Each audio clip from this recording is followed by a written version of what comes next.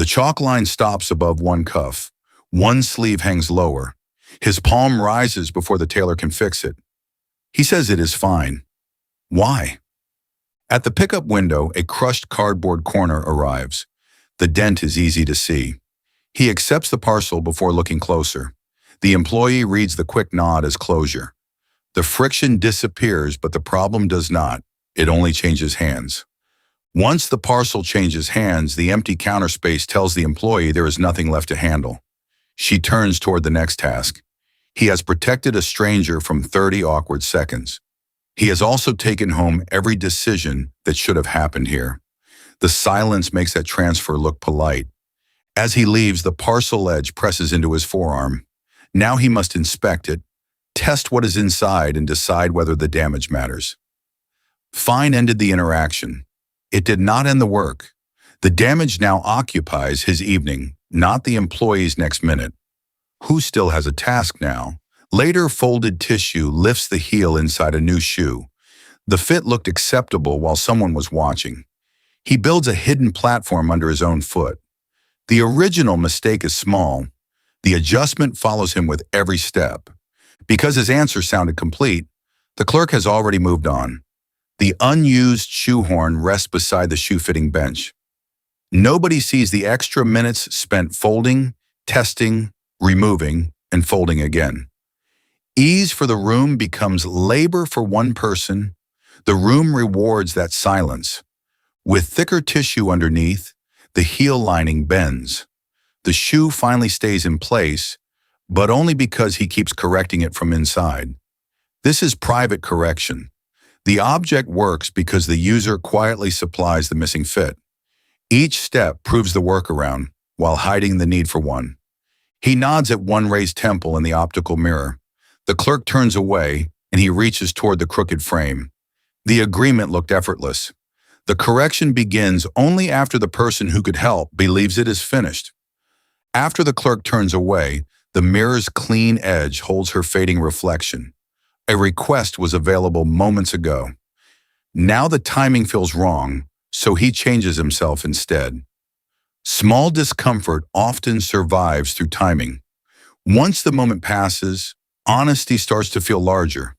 The missed opening grows heavier. How much effort can hide inside one easy nod? His fingers pause below the reflection, careful not to call anyone back. But that is not the real reason. He is not avoiding the adjustment. He is avoiding the moment another person might feel inconvenienced. That fear makes silence feel considerate. To make the padded ear cup work, he holds the defective headphone at one exact angle. He keeps his wrist still. From across the demonstration bench, the product appears usable. His body is doing the work the device failed to do. The moment his hand relaxes, the angled hinge reveals the fault again. Temporary function can look like a solved problem. Adaptability looks impressive from outside because the extra effort stays attached to the user. What looks calm is often constant correction. By now, clear tape circles a cracked mug handle in the shared break room. The repair is already old. He lifts it carefully, keeps the weak side turned inward, and makes the damage look normal. Nobody needs to ask why it was never replaced. Other people finish their break and leave the shared room. They move without checking their grip. He stays a little longer, washing around the tape and drying the crack. The cost is not drama. It is maintenance that keeps returning. When a loose tape edge catches against his thumb, the mug still works because he remembers every fragile part. The harder part comes later. Fine can become a maintenance system. The friction disappeared for everyone else. The repair stayed with him. It asks him to remember what others can forget. That memory becomes another item he carries through the day. Nothing looks seriously wrong on the guest bed. The folded pillow rises beneath a shallow dent. That is why the discomfort is easy to dismiss. The neck still has to find another angle, and the body performs a quiet correction through the night. Cold air crosses the meeting room and reaches the nearest chair. He draws his hand into his sleeves instead of mentioning the vent. The conversation stays smooth. His posture becomes the thermostat, changing again whenever the air reaches his fingers. A folded receipt steadies one corner of the cafe table. The tabletop no longer moves, so the adjustment disappears into the room. He can solve almost anything this way. The fix saves a request, then quietly claims his attention. When did being flexible become a second job that nobody can see? At the gallery entrance, the narrow wristband closes tighter than necessary. He notices the pressure and lets the attendant continue. Gratitude makes correction feel impolite. The band stays on, and the brief social ease begins leaving a longer mark. He quietly catches a pale thread pulling from the loose button near the coat room mirror. Again, he prevents a small inconvenience from becoming visible.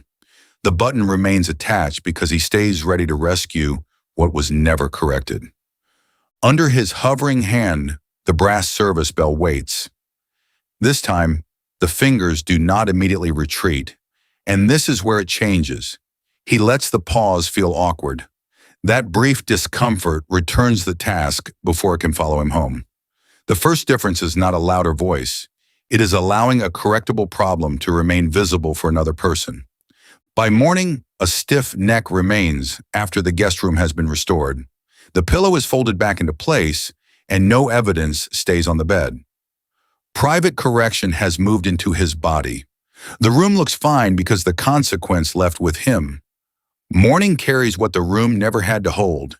Even after his hands warm, the chair sits crooked at the meeting room edge, still angled away from the vent. The posture takes effort to hold. The environment never changed. He simply became the movable part inside it. For once, he leaves the open floor beside the cafe counter untouched. He does not reach for another receipt or kneel beside the table. Nothing dramatic happens. An unfinished wobble remains where other people can notice it and decide what belongs to them. After the gallery band is gone, a red wrist line remains. The attendant has forgotten the exchange. His skin has not. This is how small agreements accumulate. The interaction ends quickly, while the body keeps a slower and more accurate record. The mark says what his answer would not say aloud. When tired fingers catch the loose button again, they stop. He does not pull the thread tighter or hide the gap with his hand. The coat can remain imperfect for a moment. His attention no longer has to become an emergency repair kit. The pause keeps one more repair from becoming automatic. Between him and the repair clerk, the clear counter gap stays open. He leaves the issue visible instead of gathering it back into his arms. No apology arrives. No confrontation begins. The task simply remains on the side where correction is possible. From foot to head, the guest bed remains untouched, and that is the quieter problem. He had treated every discomfort as proof that he should adapt better. The pattern was not flexibility alone. It was responsibility moving without permission. He was not choosing the transfer. He was completing it. An earlier adjustment leaves the chair legs shifted beneath the meeting table. He notices the old impulse to move again. This time, the pause lasts longer than the impulse. The room is allowed to contain a problem he did not privately absorb. As other people pass, the clear path beside the cafe counter stays empty. He is not searching for another invisible fix. Waiting now feels different. It is no longer wasted time. It is time in which the right person can notice the unfinished task. Hours later, the fading wrist mark is lighter, but its meaning is clearer. How many small agreements can one body record? Saying fine never erased the pressure.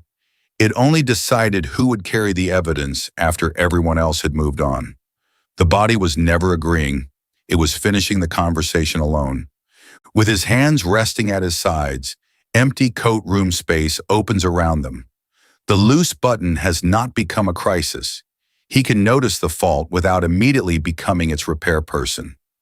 That small separation changes what being considerate means. Behind the public repair counter, the clear work area stays open. He waits without reaching across it. The clerk now has a visible task, and he has empty hands. Nothing has been solved yet. Responsibility has simply stopped traveling in the wrong direction. The unfinished work is finally allowed to stay unfinished there. Back at the alteration shop, The garment chalk is still visible on the uneven jacket.